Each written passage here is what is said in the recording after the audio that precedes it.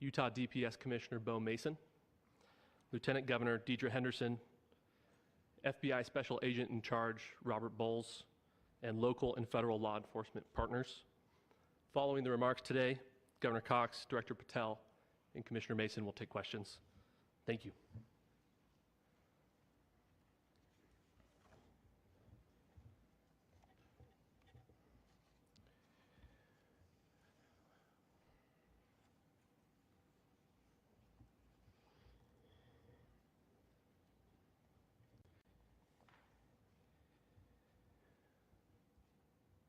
Good morning, ladies and gentlemen.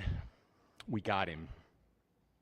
On the evening of September 11th, a family member of Tyler Robinson reached out to a family friend who contacted the Washington County Sheriff's Office with information that Robinson had confessed to them or implied that he had committed the incident. This information was relayed to the Utah County Sheriff's Office and scene investigators at Utah Valley University. This information was also conveyed to the FBI. Investigators reviewed additional video footage from UVU surveillance and identified Robinson arriving on UVU campus in a gray Dodge Challenger at approximately 8:29 a.m. on September 10th, in which he is observed on video in a plain maroon t-shirt, light-colored shorts, a black hat with a white logo, and light-colored shoes. When encountered in person by investigators in Washington County on September 12th, in the early morning hours, Robinson was observed in consistent clothing with those surveillance images. Investigators interviewed a family member of Robinson who stated that Robinson had become more political in recent years.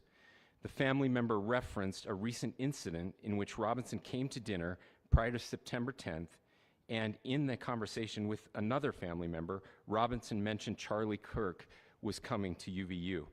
They talked about why they didn't like him and the viewpoints that he had. The family member also stated Kirk was full of hate and spreading hate. The family member also confirmed Robinson had a gray Dodge Challenger. Investigators identified an individual as the roommate of Robinson. Investigators interviewed that roommate, who stated that his roommate, referring to Robinson, made a joke on Discord. Investigators asked if he would show them the messages on Discord. He opened it and showed several messages to investigators and allowed investigators to take photos of the screen as each message was shown by Robinson's roommate. These photos consisted of various messages, including content of messages between the phone contact named Tyler with an emoji icon and Robinson's roommate's device. The content of these messages included messages affiliated with the contact Tyler, stating a need to retrieve a rifle from a drop point, leaving the rifle in a bush, messages related to visually watching the area where a rifle was left, and a message referring to having left the rifle wrapped in a towel. The messages also refer to engraving bullets and a mention of a scope and the rifle being unique. Messages from the contact Tyler also mentioned that he had changed outfits. I know there has been speculation as well as to the writing on those casings, those bullet casings, and I believe we have that as well. And I will share that with you now. So the area north of Campus Drive Road where the suspect crossed over, you saw some of that in the video that we released last night, consists of a grassy area with trees on the edge of the UVU campus. Investigators discovered a bolt-action rifle wrapped in a dark-colored towel. The rifle was determined to be a Mauser Model 98 30-06 caliber bolt-action rifle. The rifle had a scope mounted on top of it. Investigators noted inscriptions that had been engraved on casings found with the rifle. Inscriptions on a fired casing read, "Notices, bulges, capital OWO, what's this, question mark." Inscriptions on the 3 unfired casings read, "Hey fascist, exclamation point, catch, exclamation point." Up arrow symbol, right arrow and symbol, and 3 down arrow symbols. A second unfired casing read, "Oh Bella Chow, Bella Chow, Bella Chow, Chow Chow," and a third unfired casing read, If you read this, you are gay, LMAO. We are indebted to law enforcement across the state who has worked seamlessly together, local law enforcement, state law enforcement, and our federal partners with the Federal Bureau of Investigation.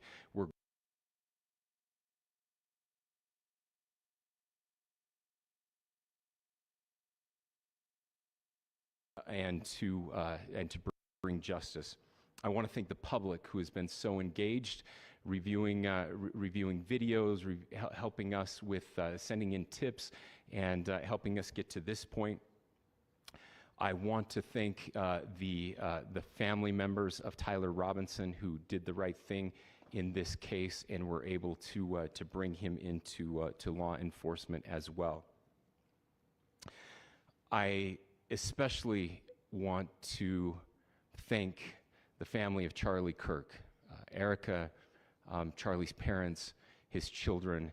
I want us to be thinking of them as we bring justice in this case. They will be involved in that justice. We will be working very closely with them as we move through this process as well. This is a very sad day for our country, a terrible day for the state of Utah, but I'm grateful that at this moment we have an opportunity to bring closure to this very dark chapter in our nation's history. With that, I will now turn the microphone over to the Director of the FBI, Kash Patel.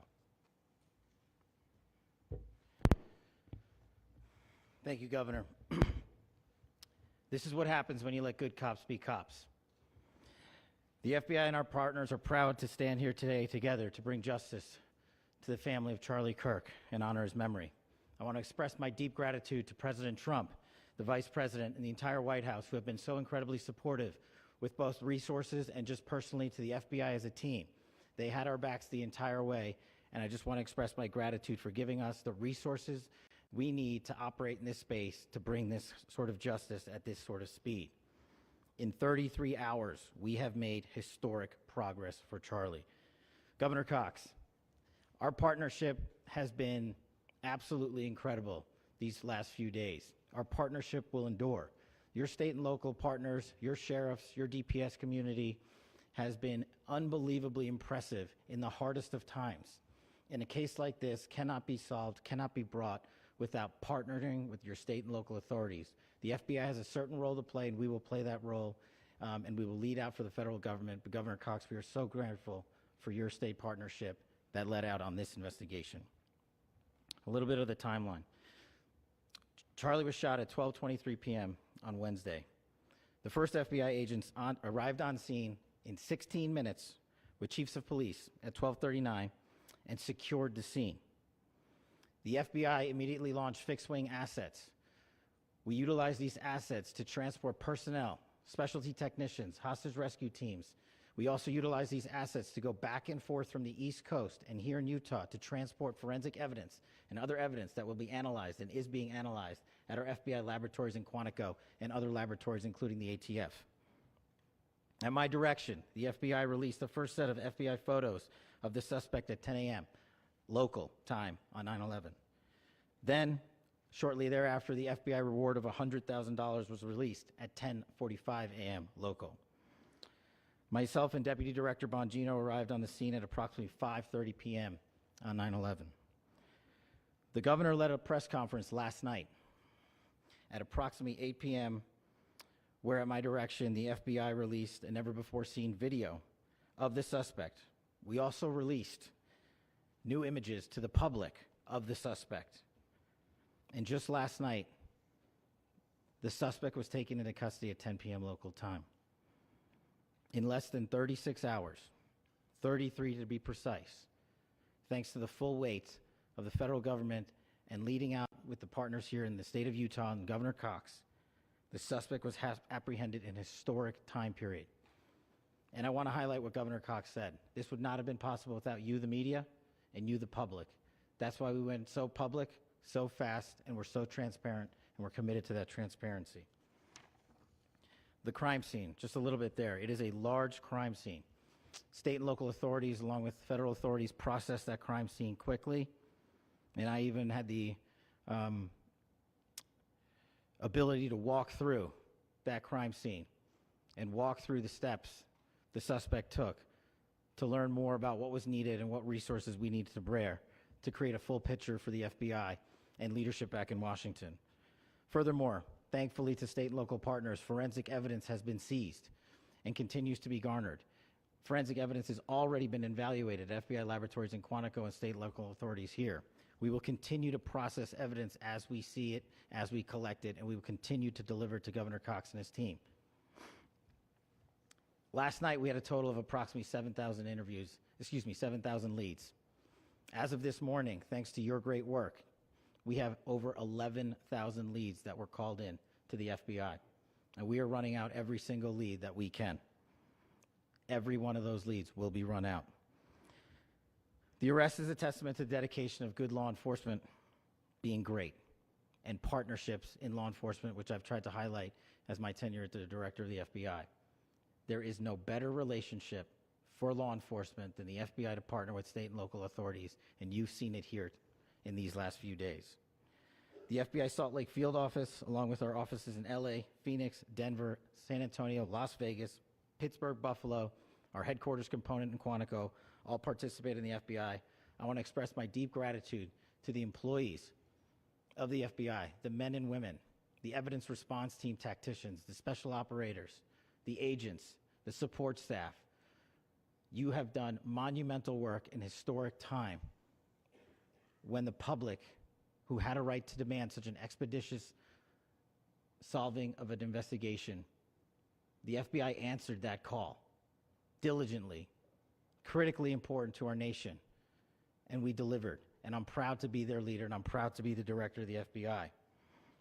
This is a very much an ongoing investigation, as the governor said, and we will continue to work with state and local authorities to develop the investigation, to provide them the evidence they need for their ongoing prosecutions, and we will be here to answer every call they absolutely have, as long as it takes, for as long as we need to find and apprehend whatever suspects were involved in this crime. Lastly, to my friend Charlie Kirk, rest now, brother. We have the watch, and I'll see you in Valhalla.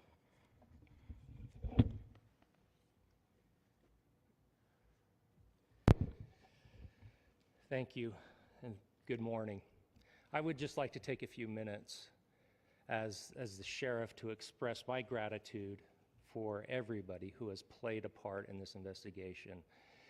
As you know, it's been a vast, a complicated, and a very, very fast-paced investigation. You're looking at people standing up here who are running on, if they got an hour's sleep in the last couple of days, they're probably lucky. It has been very taxing. It has been so impressive, speaking on behalf of the local law enforcement, to see the cooperation that we've seen in this type of case. Across the state, sheriffs, chiefs, our state partners have stepped up and have come to the call on anything that we needed. Our county chiefs have been phenomenal. Our Utah County Attorney, Jeff Gray, who's standing up here with us, has been phenomenal in leading us through this investigation. I would like to thank the federal government for their resources, their assets. Our local team here, our FBI team, has been extraordinary in helping us work through this and bring this person to justice. Most of all, I would like to thank the public, and specifically, I would like to thank the public who turned to prayers and who turned to positiveness for us. I would like to thank them on behalf of the law enforcement community, because we needed those prayers. That's what we needed to get through this. We needed your support, and you gave it to us. We needed your patience, and you gave it to us. And I would like to thank you for the Kirk family, because that's what they need, is your support and your prayers, and that will get us through all of this. So thank you, everybody, for everybody that have stepped up. We've had such a phenomenal response to this. Thank you.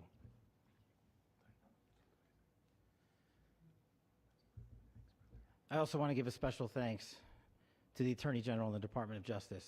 Their unwavering support and their commitment to justice is shown true here.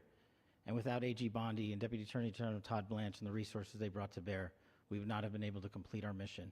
And I just want to say special thanks. It's an honor to be a part of the Department of Justice. Thank you again to our incredible law enforcement team who has worked so hard. Sheriff, I got a solid 90 minutes last night, so I'm probably the most well-rested person up here. Ladies and gentlemen, I get the microphone, so I hope you'll permit me a moment just to share a few more thoughts about where we are and how we got here and maybe a little bit of where we go from here. I don't want to get too preachy, but I think it's important that we, with eyes wide open, understand what's happening in our country today.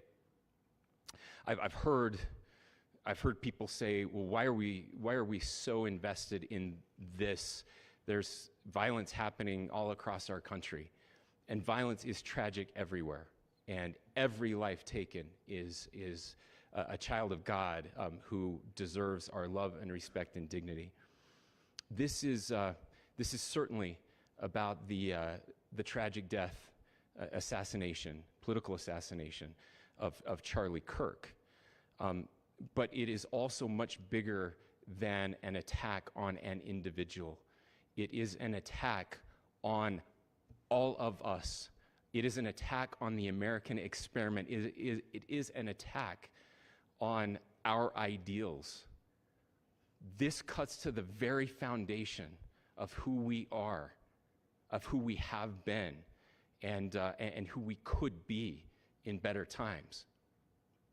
Political violence is different than any other type of violence for lots of different reasons. One, because in the very act that Charlie championed of expression, that freedom of expression that is enshrined in our founding documents, in having his life taken in that very act, makes it more difficult for people to feel like they can share their ideas, that they can speak freely.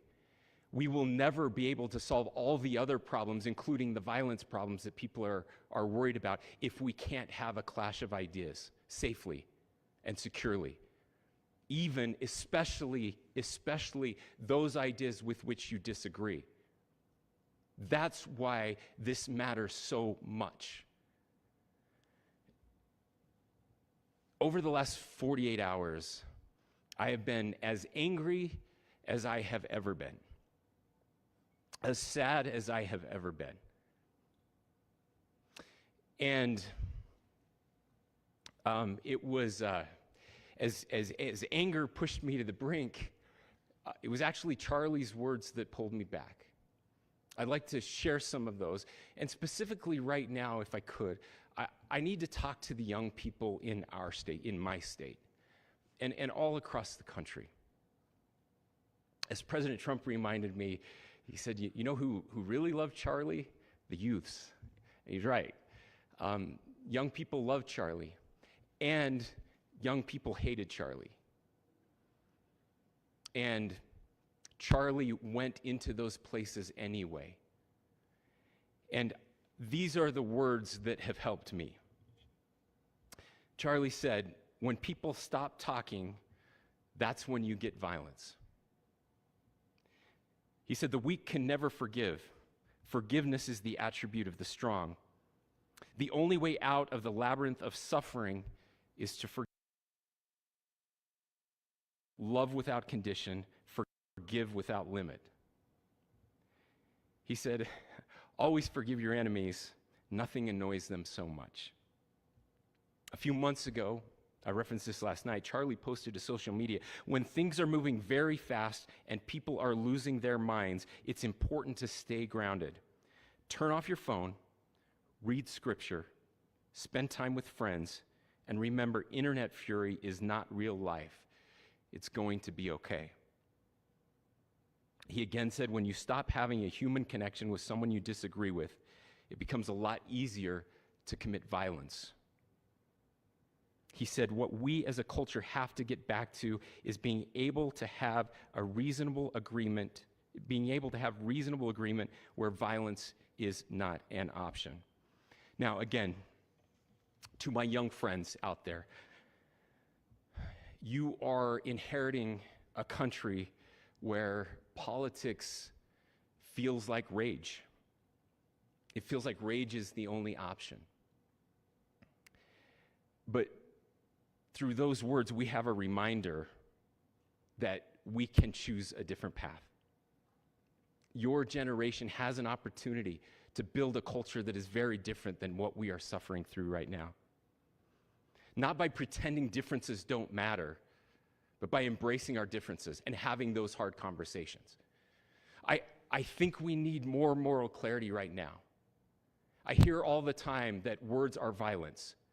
Words are not violence. Violence is violence.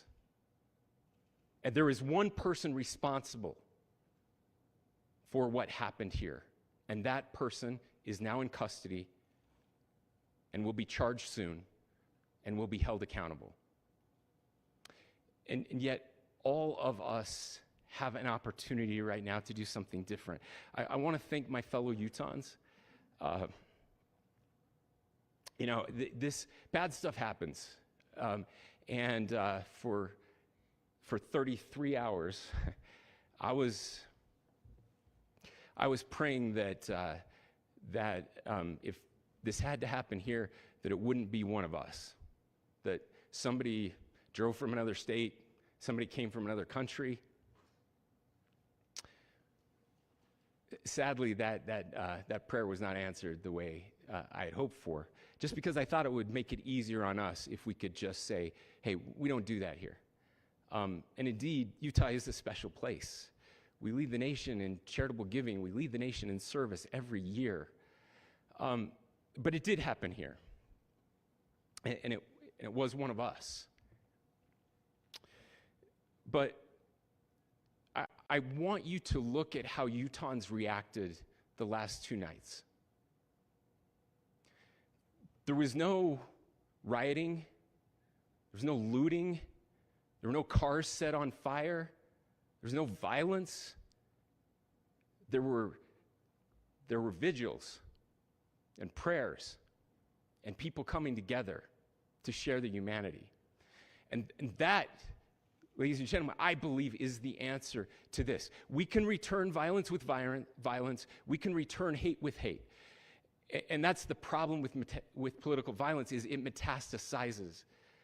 Because we can always point the finger at the other side.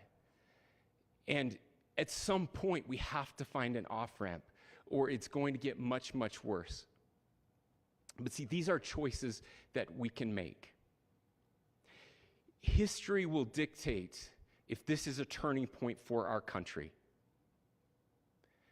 But every single one of us gets to choose right now if this is a turning point for us.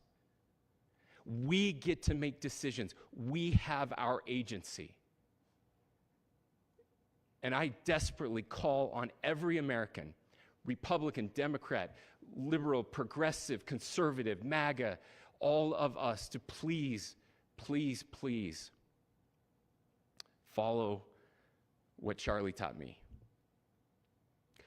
I'll just conclude with words I share often from a friend and author, Yuval Levin, who was asked if he was optimistic about our country. And he said, I'm not optimistic. He said, I hate optimism. Like, that sounds bad. But he said, optimism is a vice. It's this idea that good things are just going to happen. And he said, in the history of the world, good things have never just happened. He says, I'm not optimistic, but I am hopeful. And hope is the virtue that sits between the vices of optimism and pessimism. Hope is the idea that good things are going to happen because we can make them so. I still believe in our country. And I know Charlie Kirk believed in our country. I still believe that there is more good among us than evil. And I still believe that we can change the course of history. I'm hopeful because Americans can make it so. Ladies and gentlemen, we're happy to answer any questions you might have. Governor, can you please speak to whether the suspect is speaking with authorities I cannot speak to that.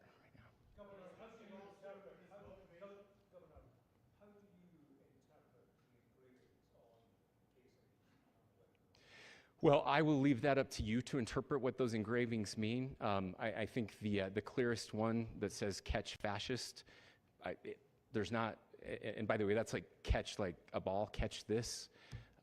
That's I think that speaks for itself.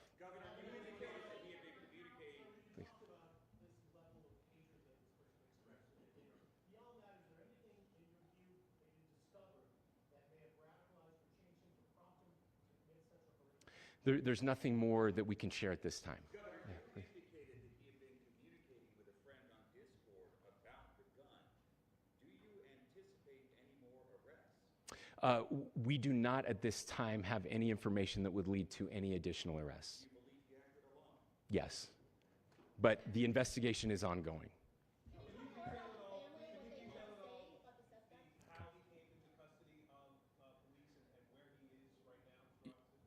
Yes, so right now, Mr. Robinson has been booked into the Utah County Jail. You heard the president this morning report that he was taken into custody, that his family and a friend helped to deliver him into custody of law enforcement in Washington County. For those of you that don't know where Washington County is, it is the southwesternmost part of the state of Utah. It's about a 3.5 to 4 hour drive from here, where we are right now, and that's where he lived and where they turned him in. Please, go here. I can't share any more than what I've already shared. Yeah.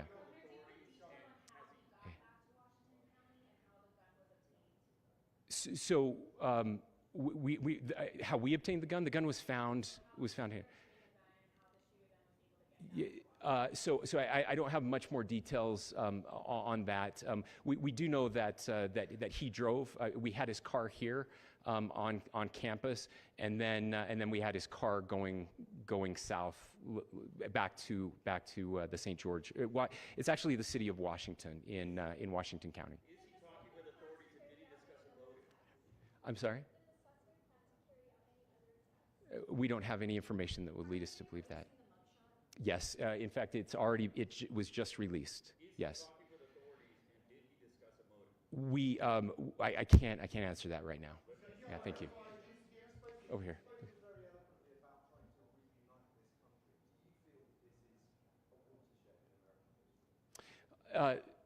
I absolutely believe that this is a watershed in American history. Yes.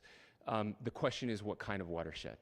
And that chapter remains to be written. Is this the end of a dark chapter in our history, or the beginning of a darker chapter in our history?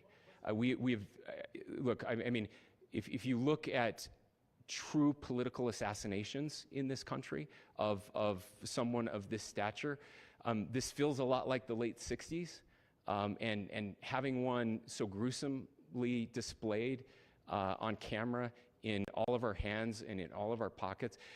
We are not wired as human beings biologically, historically. We have not evolved in a way that we are capable of processing those types of violent imagery. And by the way, we've seen another one with a gruesome stabbing very recently that went viral. This is not good for us. It is not good to consume. Social media is a cancer on our society right now. And I would encourage people to log off, turn off, touch grass, hug a family member, go out and do good in your community.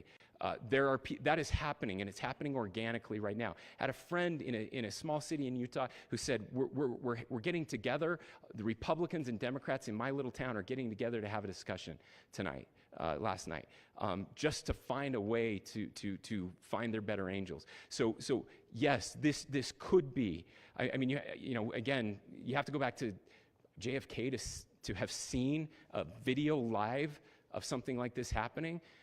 I wasn't born until 1975, but I know that things were really dark in the late 60s. Sorry to some of you. I know some of you were there. This is our moment. Do we escalate, or do we find an off-ramp? And again, it's a choice. It's a choice, and every one of us gets to make that choice. Two more questions right here. Could we clarify that the release of those enhanced images at 8 p.m., the timeline that Director Patel gave us, led to the arrest at 10 p.m.? Is there a direct connection between those two events? I cannot comment if there is a direct connection or not, but all I can say is that that through some process, the family came to know that this had happened. One more thing, Governor. Could you just clarify the clothing issue you mentioned earlier? Was he changing outfits? Correct. Yes. So when he's first spotted on campus, he has different clothing on, and then he changes clothing on the roof, and then changed back into that clothing at some point, so that when he was apprehended, when he was arrested, the clothing matched the clothing he had on before the shooting here at UVU. Last question here. Yes.